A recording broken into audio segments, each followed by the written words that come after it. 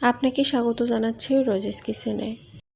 আমার আজকের রান্নায় থাকছে কচুর লতি দিয়ে গুঁড়া চিংড়ি মাছের একটা রেসিপিটি আমি খুবই সহজ সিম্পলভাবে দেখিয়েছি।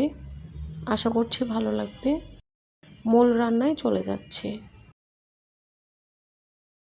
কচুর লতিগুলো আমি ভালোভাবে পরিষ্কার করে নিয়েছি আর এরকম ছোট ছোট পিস করে কেটেছি। আপনি ইচ্ছে মতো পিস করে কাটবেন, চাইলে এর চেয়ে আরও বড় করে রাখতে পারেন, আবার ছোট করেও রাখতে পারেন। রান্নার জন্য চুলায় কড়াই বসিয়ে দিয়েছি। কড়াইয়ে দিচ্ছি পরিমাণ মতো তেল। তেলের মধ্যে দিচ্ছি পেঁয়াজ কুচি। পেঁয়াজটা হালকা বাদামি করে ভেজে নিব। এই লতি রান্নায় এত বেশি পেঁয়াজ না দিলেও হবে, খুবই অল্প পরিমাণে মশলা দিলেই হয়।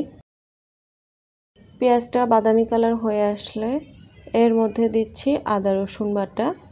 আমার এখানে জিরা বাটা ছিল না, তাই জিরা দিলাম না। আপনি অবশ্যই জিরাটা দেওয়ার চেষ্টা করবেন। এখন পানি দিয়ে মশলাটা কষিয়ে নিব।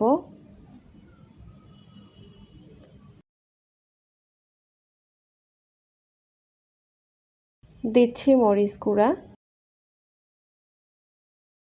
হলুদ গুঁড়া,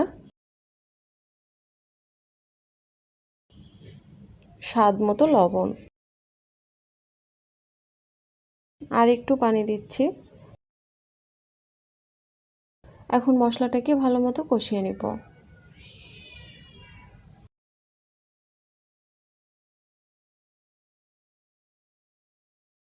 মশলার পানিটা পুরোটা শুকিয়ে এসেছে।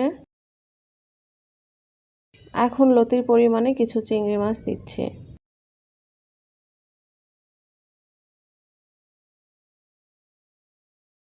কচুর লতির রান্নাটা সাধারণত গুঁড়া চিংড়ি দিয়েই বেশি মজা লাগে খেতে।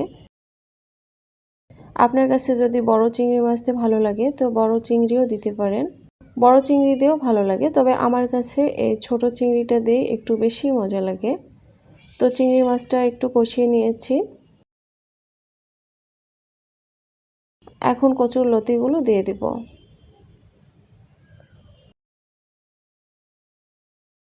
লতিগুলো এখন একটু ভালোভাবে মিক্সড করে নিচ্ছি। বেশ কিছুক্ষণ একটু এভাবেই মিক্সড করে নিব। একবার করে ঢেকে দিব আর ভালোভাবে মিক্সড করে নিব।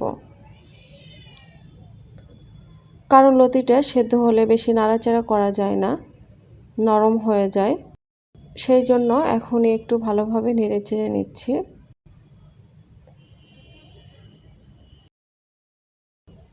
তো আমার এখানে লতিটা আমি ভালো মতো একবার করে ঢেকে দিয়েছি আর নেড়েচেড়ে একটু কষিয়ে নিয়েছি।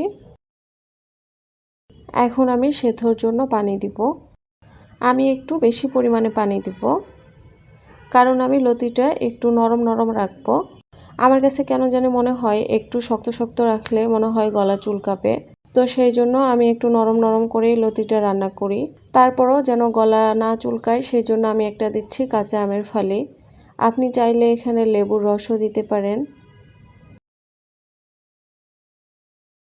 তো এখন আমি সেদ্ধর জন্য একটু বেশি পরিমাণে পানি দিচ্ছি। আগেই বললাম যে লতিটা আমি একটু নরম নরম রাখবো।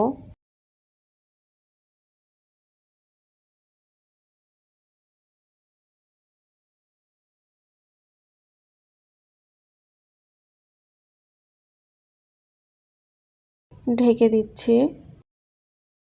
ঢাকনা তুলে এই যে আমি আমটা দেখতেছি খুব বেশি সেদ্ধ হয়ে গিয়েছে। তো এটা আমি তুলে রাখবো, নয়তো তরকারিটা টক হয়ে যাবে। কারণ আমি টক পছন্দ করলেও বাসার বাকি সদস্য টক পছন্দ করে না। এখন এটাকে আমি নেড়েচেড়ে মিশিয়ে নিচ্ছি। দেন চুলা অফ করে দিব।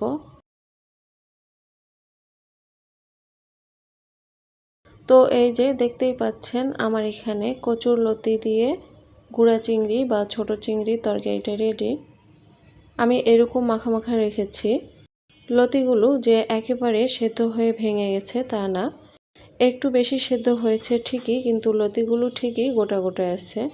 তো আশা করছি আমার আজকের ভিডিওতে দেখানো কচুর লতি দিয়ে চিংড়ি মাছের এই রেসিপিটা আপনার ভালো লেগেছে।